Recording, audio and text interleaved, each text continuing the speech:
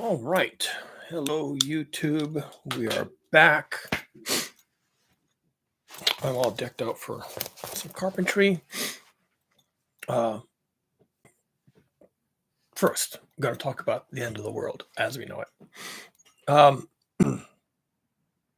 My wife, who is my reliable source of information on all things concerning the news regarding global heating and climate change and related calamities, she was citing some news article to me this morning about how the northern parts of the central part of the lower 48 United States, so that's Minnesota, Illinois, that area, Wisconsin, they've been having record high temperatures this winter.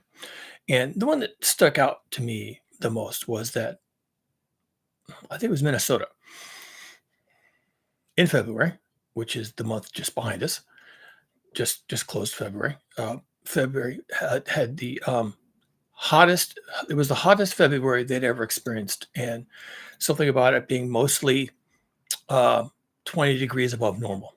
20 degrees above normal. And people are complaining that the plants are responding to it. The animals, the mosquitoes, for example, are responding to it. Everything has just gone completely haywire.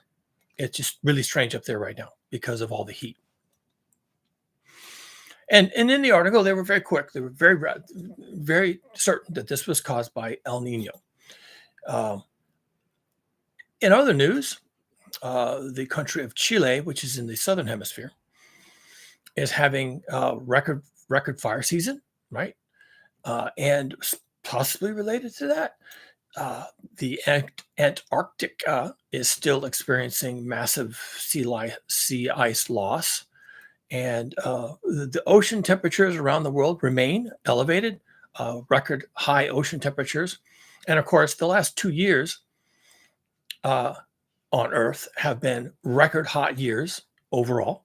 And many, many months during the year were record hot for the planet for those months, right? There's fires in Spain. There's fires in I believe Italy. I could be wrong. Animal behavior is off. Plant behavior is off.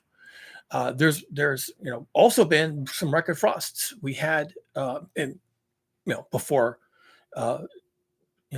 the record heat, we had record cold and record snowfall in places, record rainfall in places, and of course all of this stuff, everything I've mentioned, from the South Pole to the North Pole and from coast to coast, is all being attributed to El Nino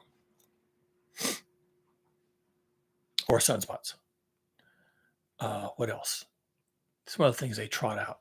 Some of their weather ponies that they trot out to explain why this is temporary. See, they have their things they trot out to explain why this is temporary. We were watching the news 2 weeks ago.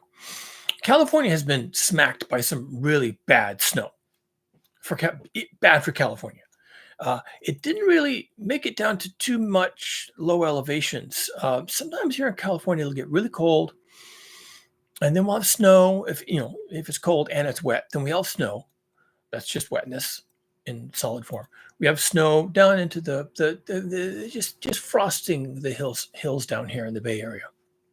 It lasts for maybe a day, then it's gone. So we can get snow in California, including in the Bay Area, which is notoriously mild climate. But they're getting really whacked up there. There was 70 miles of Interstate 80, which is a major east-west corridor. In fact, it might even be the major east-west corridor from Central California through Nevada and from there eastwards. 70 miles of Interstate 80. Interstate, okay, this is not a back road that they, get to when they get to it, was snowed in. 70 miles of Interstate 80. They had pictures of lines and lines of semi-trucks just parked alongside the road They couldn't go forward. A lot of them were completely snowed in. They showed uh, first responders, fire people, CHP, local sheriffs going door to door on these semi trucks, banging on the door. You alive? You okay in there? I didn't hear anything about rescues, but I saw lots of cars under feet of snow on the road. Now, a little word about drivers. Um, Drivers in California are retarded. Retarded. Okay, they're retarded. They drive through high water and ruin their cars and float away. Okay, they drive in the snow when they shouldn't. They drive in inclement weather, heavy rains, heavy hail. They just drive everywhere. People in California are dumb. They're dumb. They're dummies. Drivers in California are dummies. As soon as people get in their car, they act dumb. Why is that? Well, it's familiar. Most people spend so much time in their car that they feel like it's part of the family. It would never let them down.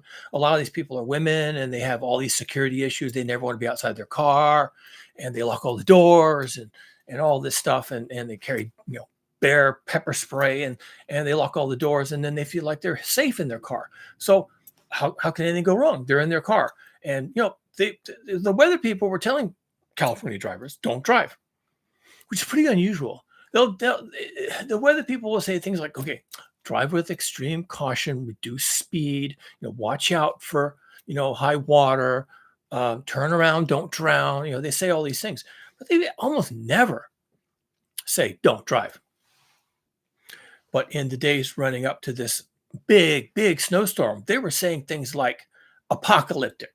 Don't drive. You'll die. If you get caught in these snow drifts, it's going to be 12 feet of snow. If you get caught in the snow, you have to have an emergency blanket, spare water, some way to stay warm, blankets, food, a radio, a flashlight, make sure your cell phone is charged. They were talking like it was a tornado or a hurricane or something coming.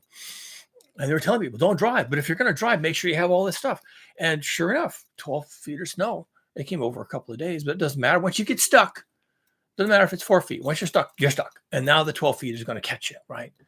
And we had this tremendous blizzard. It was a blizzard. I've never seen a blizzard warning in California.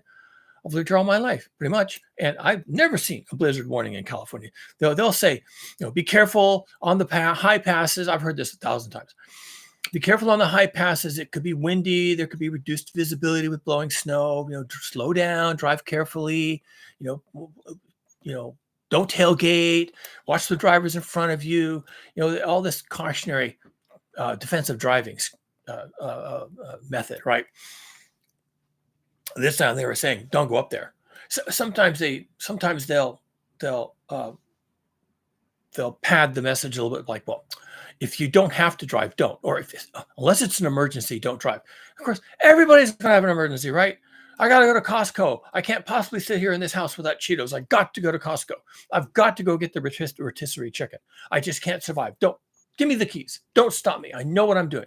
I've got four-wheel drive, and I've got ground clearance, and I've got heated seats. I'll be fine. They dig you out of the snowbank 3 days later. It's been weird. Blizzard, 12 feet of snow. Wow, what's that about? So I talk on this channel once in a while about weather.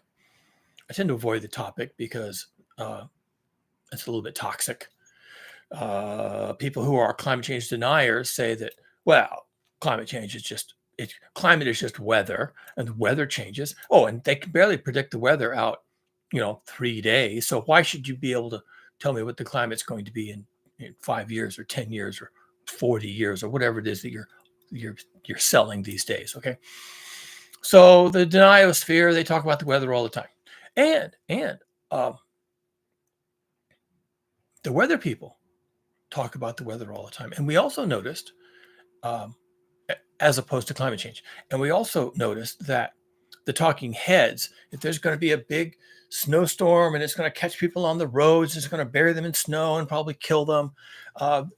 The talking heads, the anchors, they talk about how great the skiing is going to be, and plan your ski trip, and the economy and the skiing economy and all this kind of stuff. We haven't had snow all winter, so get your ski game on. And what I'm talking about. It's retarded. It's just retarded. And in Minnesota, February was record hot, and it was 20 degrees above normal Fahrenheit, 20 degrees Fahrenheit above normal. What are we supposed to make of all this? Now, the point of this video is not to argue the weather. The weather is getting strange. Some people will say, well, it's sunspots, so it'll go back another way. It's El Nino. It'll flip back the other way eventually.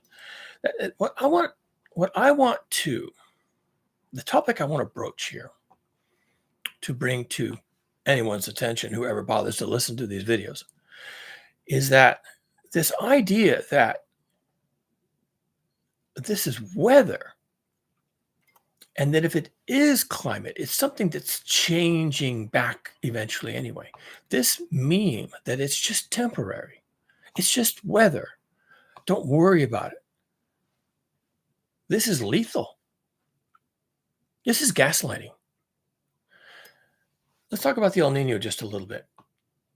So the El Nino, okay, it's called the ENSO. El Nino is one phase of a two-phase southern oscillation. And the El Nino was discovered first. And then they discovered the other half, which is La Nina. And then they noticed that they take place, they alternate. And then they decided, oh, it's a cycle. And then they started looking at the data about the cycle. Then they figured out what the period of the cycle is. And then they determined, because they're curious nerds, what causes the cycle. And what causes the cycle is strengthening or weakening of the trade winds in the South Pacific, equatorial Pacific. And when the trade winds are blowing hard from east to west, that's what they do, then you get a La Nina phase, because the trade winds blow the hot water on the surface of the Pacific and they blow it to the west into Southeast Asia. And then that allows cold water to well up off in the East Pacific, near Central America, South America. And that's the La Nina phase, the cold phase. It's cold because it's relative to North America, where people are studying it. The people in the west side of the Pacific didn't discover this, so we get to name it. So that's the El Nino phase. And then when the trade winds stop blowing and they slack off, okay, then that water isn't pushed to the west, and the surface water is hot because of the sun. Sure, why not? The sun did it. It did, so fine.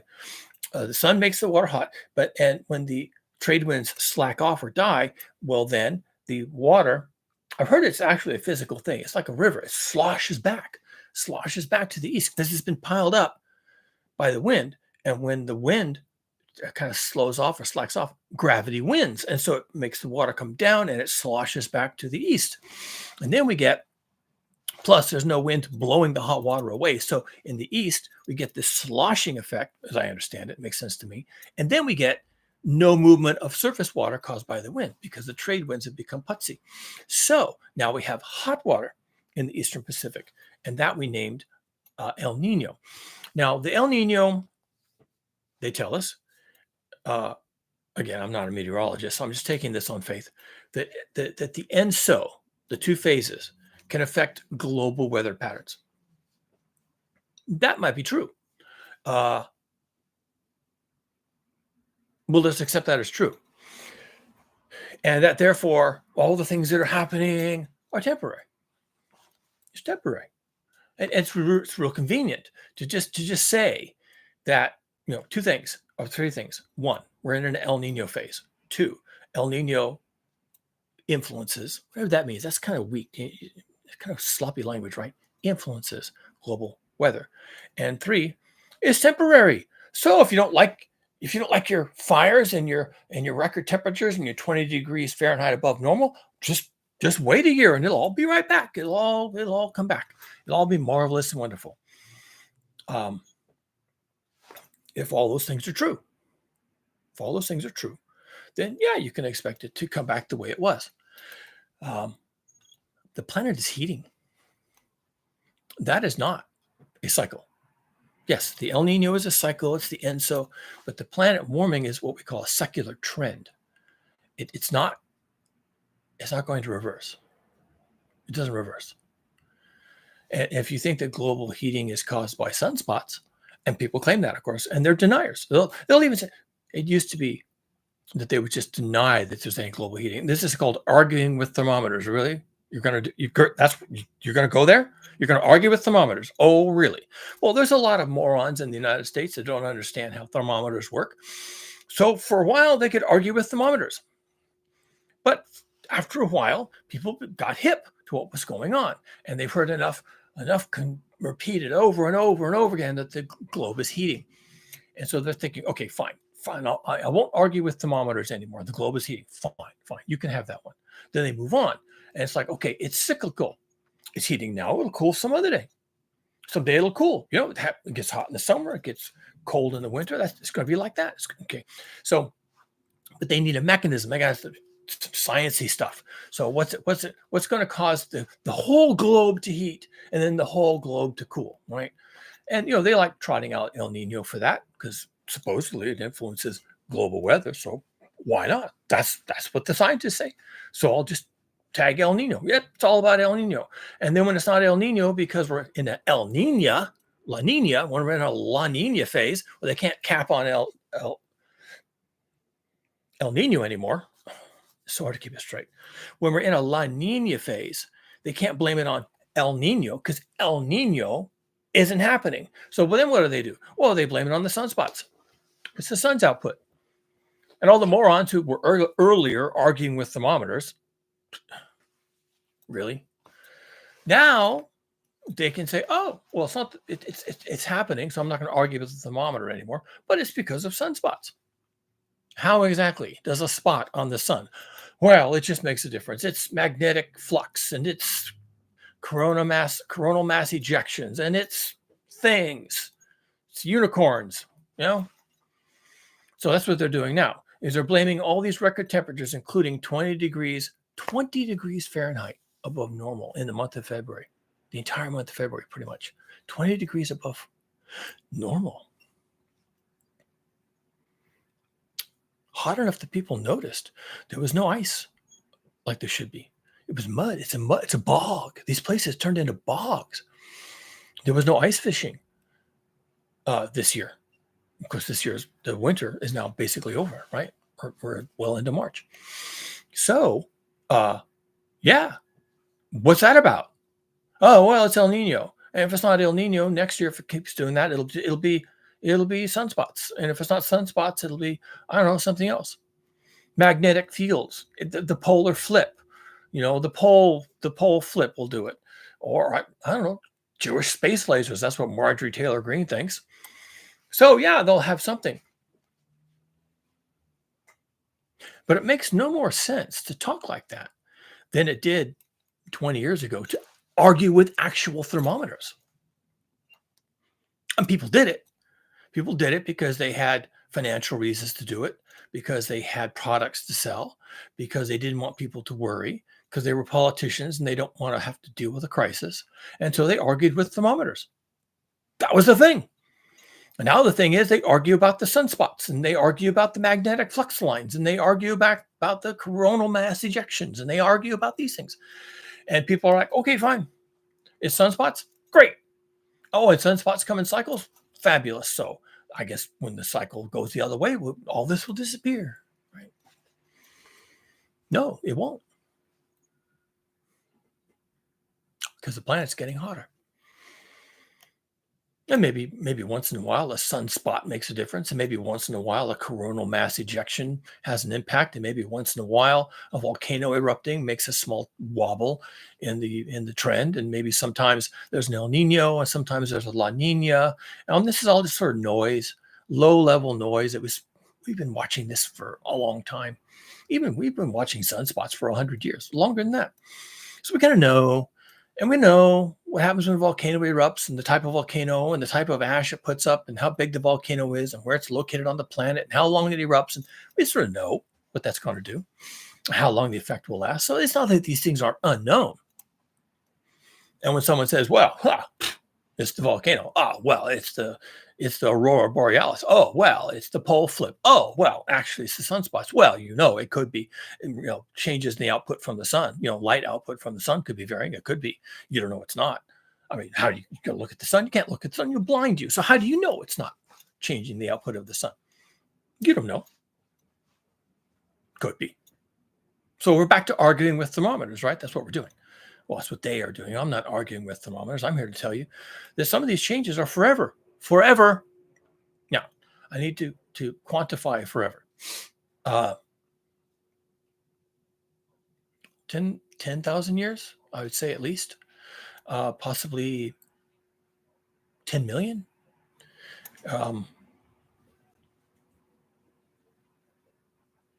Humans will probably be extinct before 10 million years. So it's likely. I mean, I'm talking now like a little bit like a philosopher, because we have no data on human extinction. We have data on the extinction of a lot of other species, and there's a trend. There's charts have been drawn where it shows that a species, and of course, it's all based on the geologic record, right? The fossil record in geologic strata.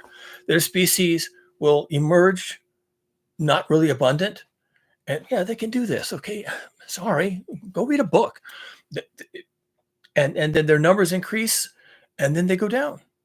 And it's just like that. Maybe there's a little bit of a plateau where they're kind of stable for a time, and then they go down. Sometimes they go down abruptly, like the dinosaurs. Well, the dinosaurs never really went extinct because birds, but you know what I mean, right?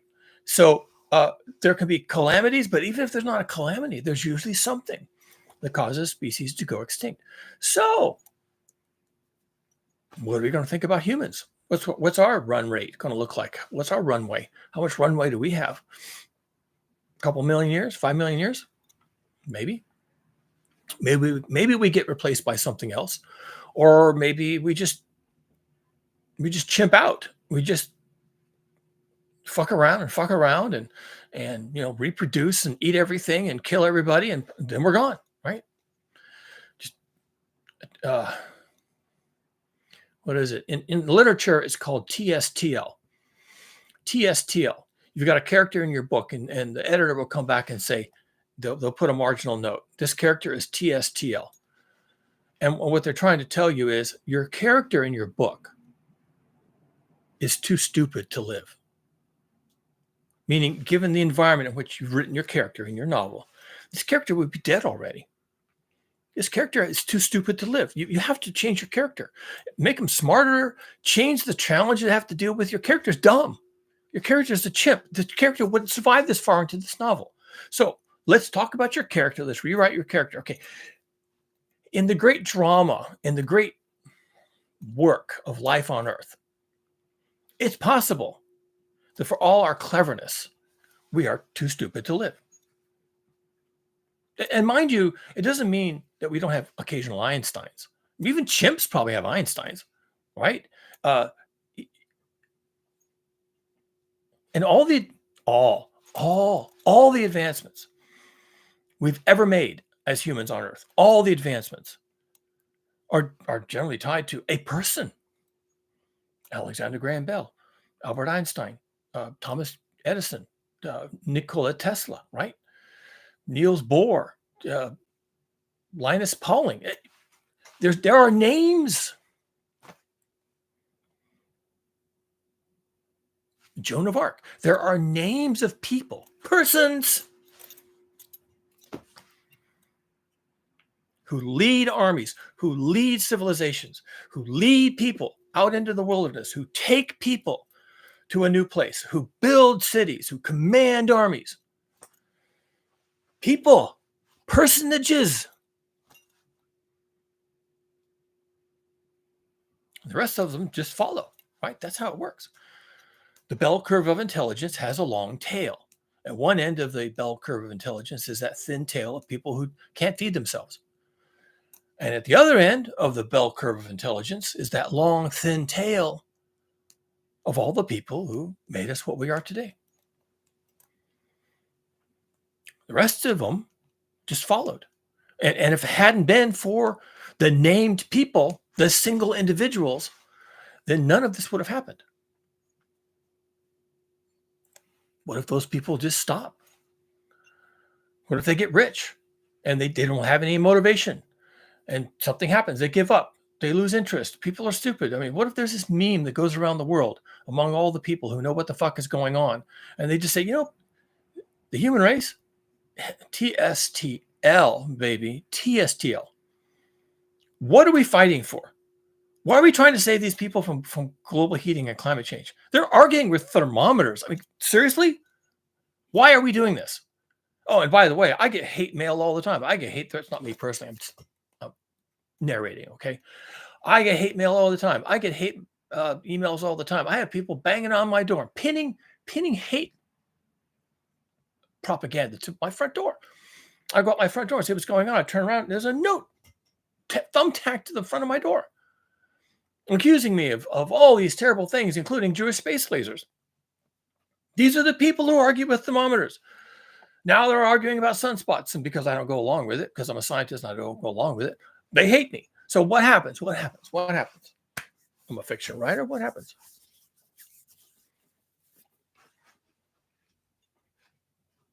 If they just say, this isn't going to change. This is global heating.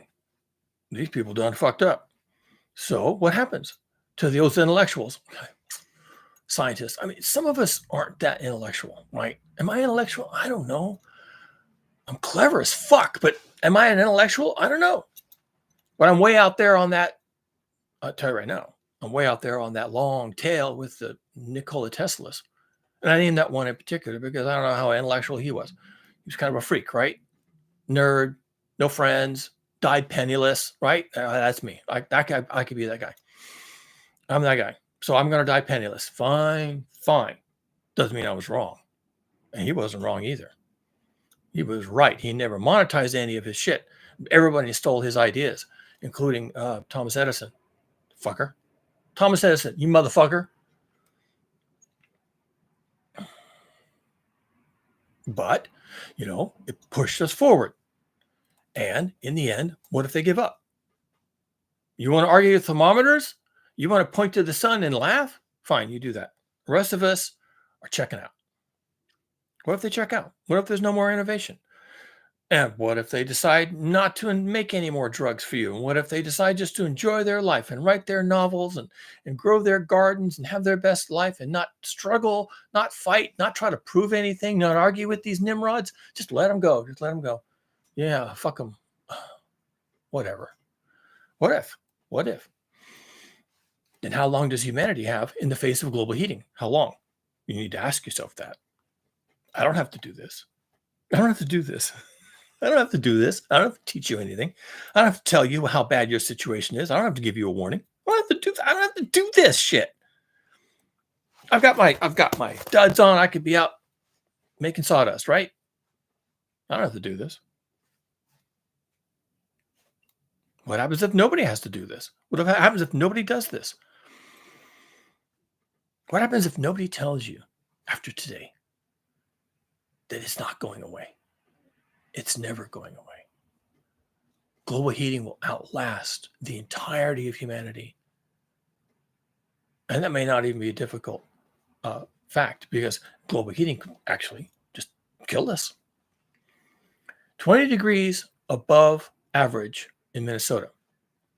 Place turned into a bog. What if that continues into the summer? What if it doesn't go away? It probably will. I'm not going to say it's not going to. It probably was just weather. It probably is temporary. Maybe it's even El Nino. Could be. Well, I'm not here to say, yeah, it could be. I'm here with a different message. What if it's not? What happens if it's not? What if it doesn't go away? It doesn't have to go away. Global heating means heating, okay? It doesn't mean heating and cooling. It means heating, and that's what's happening. We have modified the greenhouse effect. We have enhanced the greenhouse effect by releasing CO2 and methane or nitrous oxides into the atmosphere. Oh, and by the way, we're making it even worse by removing some of the aerosols that come out of our fuels. We're cleaning up our fuels. Isn't that nice? That's really smart. Better for health, right? Reduces asthma. Oh, but now we're not releasing the aerosols to mask the heating effect. Well, that's pushing things in the wrong direction. No aerosol masking effect. And yet we're still releasing the same amount of CO2. Oh, well, that's not going to work out. That's right. That's not going to work out. That's not going to work out. Nope.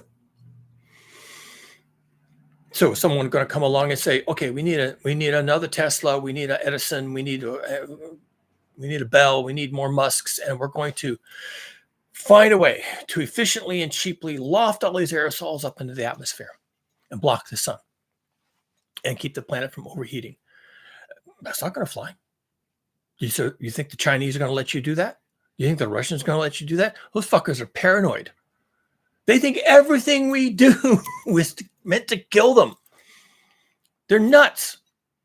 The Russians live in a death cult, and the Chinese, they can't even think themselves out of a wet paper sack. These are clever people, and they're paranoid and delusional.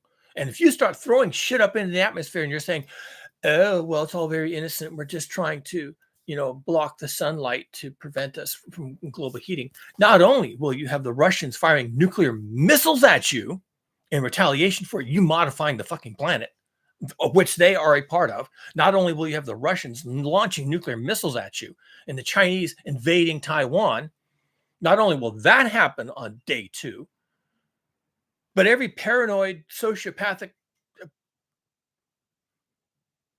gun-toting, redneck MAGA in the country is going to just collapse in paranoia.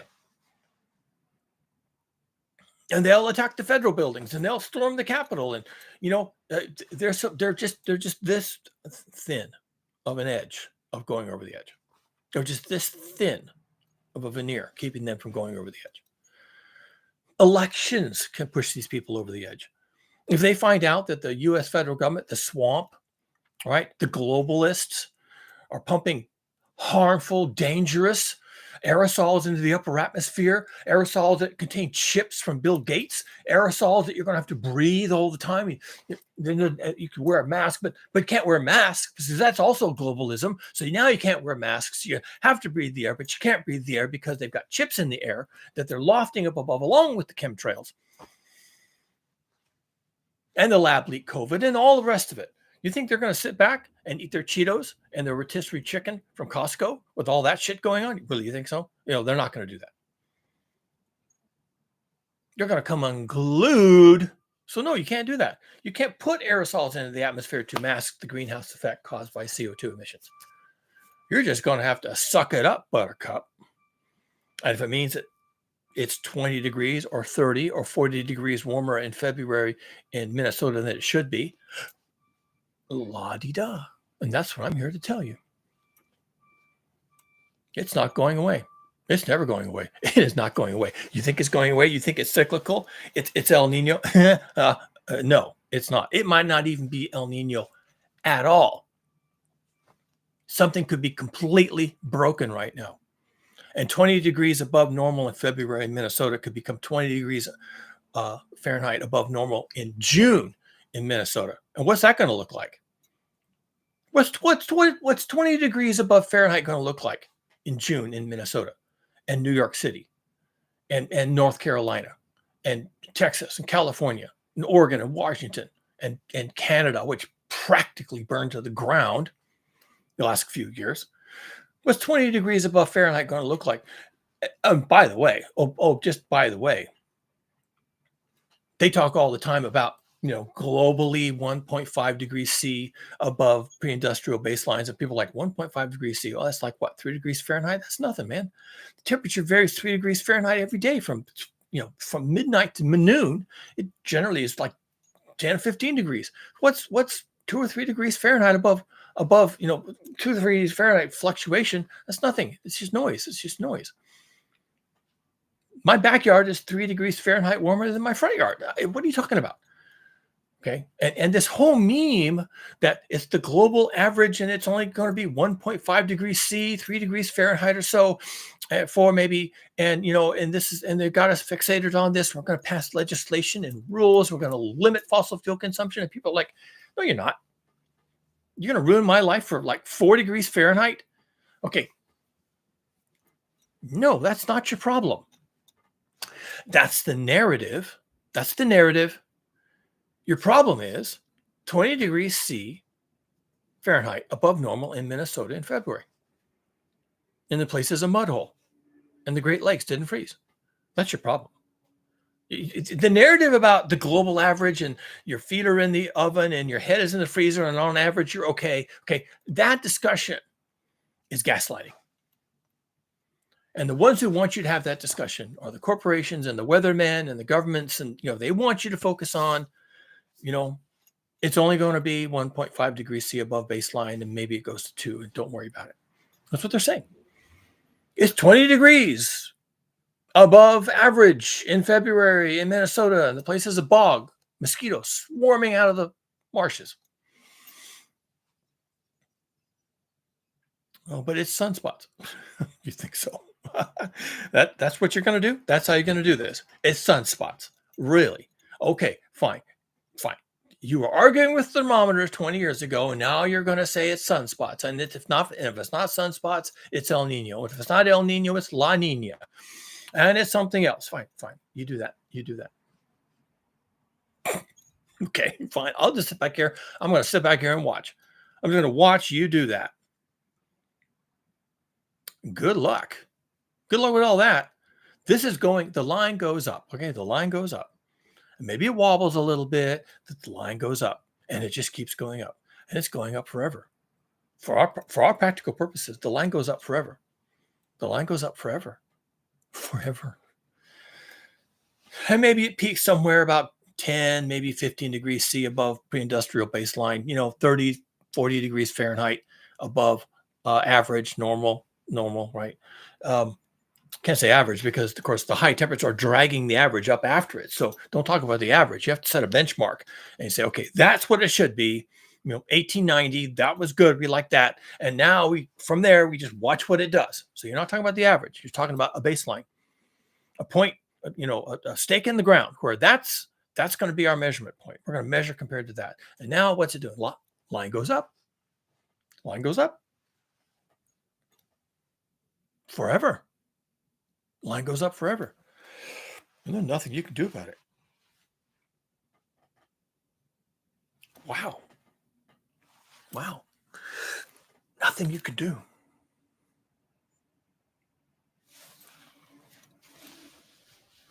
We could stop burning fossil fuels. You could do that. You could stop burning fossil fuels. But I want to be the first person to tell you that does not cause the line to go down. No. Any amount of heating you get is your gift from the world forever.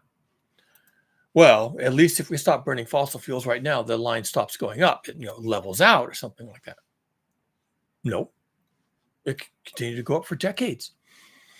In fact, you could set off an entire avalanche of cascading changes in the planet where forests die and sea level rises and swamps become inundated and continental interiors become dry as a bone. You could set off so many cascading falling dominoes of changes with just the changes we've made so far in the Earth dynamic system. Just today, right now. First quarter of 2024. Just the changes to now could be enough to cascade us into a whole series of dumpster fires.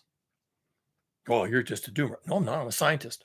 Oh, and furthermore, the 20 degrees Fahrenheit above normal in Minnesota is right now unexplained. What happened up there? I wonder. And why is Europe, on average, 4 degrees centigrade, about 10 degrees Fahrenheit, warmer than it ever was? All the time, winter and summer. Why is that? What's a lot? 10 degrees Fahrenheit's a lot. 4 degrees C is a lot. That's not 1.5 like they're telling us. Well, globally, we are 1.5 degrees C above a baseline that we keep moving. But right now it's 1.5. But in Europe, it's 4. What's that about? They're feeling it. They're noticing. They're suffering from it. What's that about? Would they like to do something about that? They can't. They can't do anything about that. They can hope that it doesn't get worse. Okay, well, fine. Yeah. Get religion, I guess, right? Get religion, find some old pagan god of temperature and pray to the pagan god of temperature. Who would that be? I don't know, Apollo, somebody? Meteora, I guess. Get your pagan worship on, right? Sacrifice a goat, whatever. That's what we're talking about. That's the level we're operating at here. You're going to sacrifice a goat to Meteora. Well, isn't that nice? Isn't that wonderful? She hasn't had any attention like that for thousands of years. She's going to love it. Sacrifice a goat to Meteora. That's what you've got. That's what you've got. So in other words, you got nothing. You got nothing.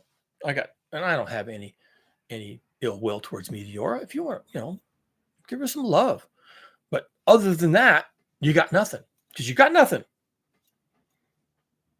20 degrees Fahrenheit above average, normal, above average in Minnesota in February. The entire month. The place is a bog. 20 degrees. Yeah, you're going to do something about that? No, you're not. You're going to blame it on El Nino, and you're going to get in your car, and you're going to go to Disneyland and forget all about it. Well, that's all I got. I got other things to do. Good luck, motherfuckers.